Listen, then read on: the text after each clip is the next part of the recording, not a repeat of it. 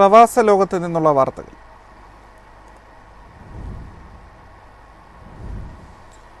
India വീണ്ടും യുഎസിനെതിരെയുള്ള ഇറക്കുമതി തീരുവ കുറയ്ക്കാൻ സാധ്യത. യുഎസ് താരിഫ് ഭീഷണി ഉണ്ടായിരുന്നിട്ടും ഇന്ത്യയുടെ വളർച്ച സുരക്ഷിതമാണെന്ന് പീയൂഷ് ഗോയൽ അഭിപ്രായപ്പെട്ടു. ഏപ്രിൽ 2-ന് യുഎസ് പരസ്പര താരിഫ് ഏർപ്പെടുത്താനിരിക്കെ അതിനു മുൻപായി ഇന്ത്യ വീണ്ടും ഇറക്കുമതി തീരുവ കുറയ്ക്കൽ നടപ്പിലാക്കാൻ സാധ്യതയുണ്ടെന്ന് സാമ്പത്തിക മേഖലയിലെ വിദഗ്ധർ പറയുന്നു. ഉയർന്ന ലെവികൾ ചുമത്തി തന്റെ രാജ്യത്തെ കൊള്ളയടിക്കുന്ന വ്യാപാര പങ്കാളികൾക്കെതിരെയാണ് യുഎസ് പ്രസിഡന്റ് ഡൊണാൾഡ് ട്രംപ് പരസ്പര താരിഫ് പ്രഖ്യാപിച്ചിരിക്കുന്നത്. യുഎസ് ഇറക്കുമതി ചെയ്യുന്ന ഉൽപ്പന്നങ്ങളുടെ ഒരു പട്ടിക ഇന്ത്യൻ സർക്കാർ ഇപ്പോൾ തയ്യാറാക്കുകയാണ്. അതായത് കുറഞ്ഞ തീരുവ ആ ഉൽപ്പന്നങ്ങളുടെ എല്ലാ ഇറക്കുമതികൾക്കും ബാധകമാകും. വിമാനം, പാരച്യൂട്ടുകൾ, ക്രൂയിസ് കപ്പലുകൾ എന്നിവയ്ക്ക് പുറമെ ചിലതരം ഇലക്ട്രോണിക്സ്, കെമിക്കൽസ്, പ്ലാസ്റ്റിക്കുകൾ എന്നിവയുൾപ്പെടെ 4-5 ഉൽപ്പന്നങ്ങൾ പട്ടികയിൽപ്പെടാം. ഈ ഇനങ്ങൾക്ക് ഇന്ത്യ 7.5 മുതൽ 10% വരെ തീരുവ ചുമത്തുന്നു. യുഎസ് താരിഫ് ഭീഷണി ഉണ്ടായിരുന്നിട്ടും ഇന്ത്യയുടെ വളർച്ച സുരക്ഷിതമാണെന്ന് വാണിജ്യ വ്യവസായ മന്ത്രി പീയൂഷ് ഗോയൽ ആത്മവിശ്വാസം പ്രകടിപ്പിച്ചു. ഇന്ത്യ ആഗോള സമ്പദ് വ്യവസ്ഥയെ ശക്തിപ്പെടുത്തുന്നത് തുടരുമെന്നും പ്രധാനമന്ത്രി നരേന്ദ്രമോദിയുടെ കീഴിൽ ഇന്ത്യ സമ്പദ് വ്യവസ്ഥയെ നയിക്കുമെന്നും ഗോയൽ പറഞ്ഞു. News desk, MyFin TV. പ്രധാനമന്ത്രി നരേന്ദ്രമോദിയുടെ ദ്വിരാഷ്ട്ര സന്ദർശനം അടുത്തയാഴ്ച ഏപ്രിൽ 3 മുതൽ 6 വരെ തായ്ലാന്റും ശ്രീലങ്കയും സന്ദർശിക്കും.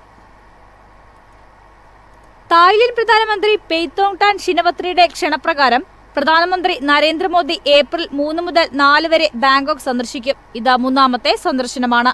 തായ്ലൻഡ് ആതിഥേയത്വം വഹിക്കുന്ന 6ാമത്തെ ബിംസ്റ്റെക് ഉച്ചകോടിയിൽ പങ്കെടുക്കാനും കൂടിയാണ് മോദി തായ്ലൻഡിലെത്തുന്നത്.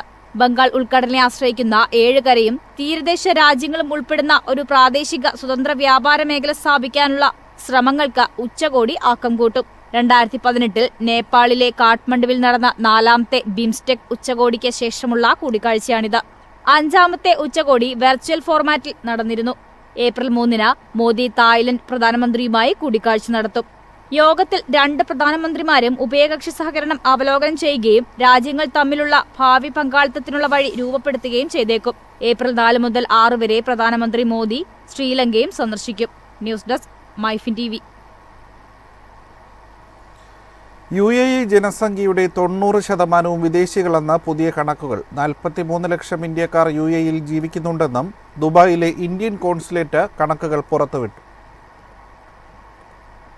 സന്ദർശക ടൂറിസ്റ്റ് വിസക്കാരെ ഉൾപ്പെടുത്താതെ റെസിഡൻസി വിസയുള്ള ഇന്ത്യക്കാരുടെ എണ്ണം മാത്രമാണ് പുറത്തുവിട്ടത്. റെസിഡൻസി വിസകളുടെ അടിസ്ഥാനത്തിൽ പുറത്തുവിട്ട ആദ്യ കണക്കാണിത്. UAEയിൽ 10 ലക്ഷം സ്വദേശികളാണുള്ളത്. ആകെ ജനസംഖ്യ 1 കോടിയാണ്. ഇതിൽ 90% വിദേശികളാണ്. വിദേശ രാജ്യക്കാർക്ക് വളരെ പ്രിയപ്പെട്ട രാജ്യമായി UAE മാറുകയാണെന്ന് കണക്കുകൾ വ്യക്തമാക്കുന്നു. UAEയിൽ സ്ഥിരതാമസമാക്കിയ മലയാളികളും ഒട്ടനവധിയാണ്. News desk, MyFin TV. UAE ദിർഹത്തിന് ഇനി പുതിയ ചിഹ്നം. ഈ വർഷം അവസാനത്തോടെ ചിഹ്നം ഔദ്യോഗികമായി നിലവിൽ വരും. UAE സെൻട്രൽ ബാങ്കാണ് ദിർഹത്തിന് വരുത്തിയ പുതിയ മാറ്റങ്ങൾ പ്രഖ്യാപിച്ചിരിക്കുന്നത്. ഇംഗ്ലീഷ് അക്ഷരമായ ഡിയിൽ നിന്നുമാണ് പുതിയ ചിഹ്നം രൂപപ്പെടുത്തിയിരിക്കുന്നത്. ഡി അക്ഷരത്തിന് കുറുകെയായി പതാകയായി തോന്നിക്കുന്ന 2 വരകളുമുണ്ട്. ഈ വരകൾ രാജ്യത്തിന്റെ സാമ്പത്തിക സുസ്ഥിരതയെ പ്രതിഫലിപ്പിക്കുന്നതാണ്. അതേസമയം കറൻസിയുടെ ഡിജിറ്റൽ പതിപ്പിന്റെ ലോഗോയിലും കാര്യമായ മാറ്റങ്ങൾ വരുത്തിയിട്ടുണ്ട്. ഡിജിറ്റൽ ദിർഹത്തിൽ രാജ്യത്തിന്റെ പതാകയുടെ നിറങ്ങൾ ഉൾക്കൊള്ളുന്ന തരത്തിലുള്ള ഒരു വൃത്താകൃതിയിലുള്ള രൂപവുമുണ്ട്. അറബിക് കാലിഗ്രാഫിയിലെ ഘടകങ്ങളും ലോഗോ രൂപകൽപ്പനയിൽ കാണാം. 1973 മെയ്യിലാണ് UAE ദിർഹം അവതരിപ്പിക്കുന്നത്. ആഗോള സാമ്പത്തിക രംഗത്ത് UAEയെ അടയാളപ്പെടുത്തുന്ന പ്രധാന ഘടകമായി പിന്നീട് ദിർഹം മാറുകയായിരുന്നു. News desk, MyFin TV. Ramadan പ്രമാണിച്ച് തടവുകാർക്ക് മോചനം നൽകി UAE. മോചിതരായവരിൽ 500-ലധികം പേർ ഇന്ത്യൻ പൗരന്മാരാണ്. President Sheikh Mohammed bin Zayed Al Nahyan 1295 തടവുകാരെ മോചിപ്പിക്കാനാണ് ഉത്തരവിട്ടത്. പ്രധാനമന്ത്രി Sheikh Mohammed bin Rashid Al Maktoum 1518 തടവുകാർക്ക് മാപ്പ് നൽകി. റമദാൻ മാസത്തിൽ തടവുകാർക്ക് മാപ്പ് നൽകുന്ന ഈ വാർഷിക പാരമ്പര്യം നീതി, കാരുണ്യം, ഇന്ത്യയുമായുള്ള ശക്തമായ നയതന്ത്ര ബന്ധം നിലനിർത്തൽ എന്നിവയോടുള്ള UAEയുടെ പ്രതിബദ്ധതയെ പ്രതിഫലിപ്പിക്കുന്നു. ദുബായിലെ ജയിൽ ശിക്ഷാ കേന്ദ്രങ്ങളിൽ തടവിലാക്കപ്പെട്ട വിവിധ രാജ്യക്കാരായ വ്യക്തികൾക്ക് ഷെയ്ഖ് മുഹമ്മദ് ബിൻ റാഷിദ് നൽകിയ ദയാഹർജി ബാധകമാണ്. അവരുടെ കുടുംബങ്ങളുമായി വീണ്ടും ഒന്നിക്കാനും സാമൂഹ്യ ജീവിതം നയിക്കാനും അവരെ അനുവദിക്കുക എന്നതാണ് ഈ മാപ്പ് ലക്ഷ്യമിടുന്നത്. News desk, MyFin TV. Eid ul Fitr പ്രമാണിച്ച് റിയാദ് മെട്രോ ബസ് സർവീസുകളുടെ സമയം നീട്ടി. യാത്രക്കാരുടെ ആവശ്യം പരിഗണിച്ചാണ് സർവീസ് കൂട്ടിയത്. വെള്ളിയാഴ്ച രാവിലെ 10 മുതൽ പുലർച്ചെ 2 വരെയും മാർച്ച് 30 മുതൽ ഏപ്രിൽ 2 വരെ രാവിലെ 10 മുതൽ അർദ്ധരാത്രി വരെയും ഏപ്രിൽ 3 മുതൽ 4 വരെ രാവിലെ 6 മുതൽ അർദ്ധരാത്രി വരെയും മെട്രോ ട്രെയിനുകൾ സർവീസ് നടത്തും.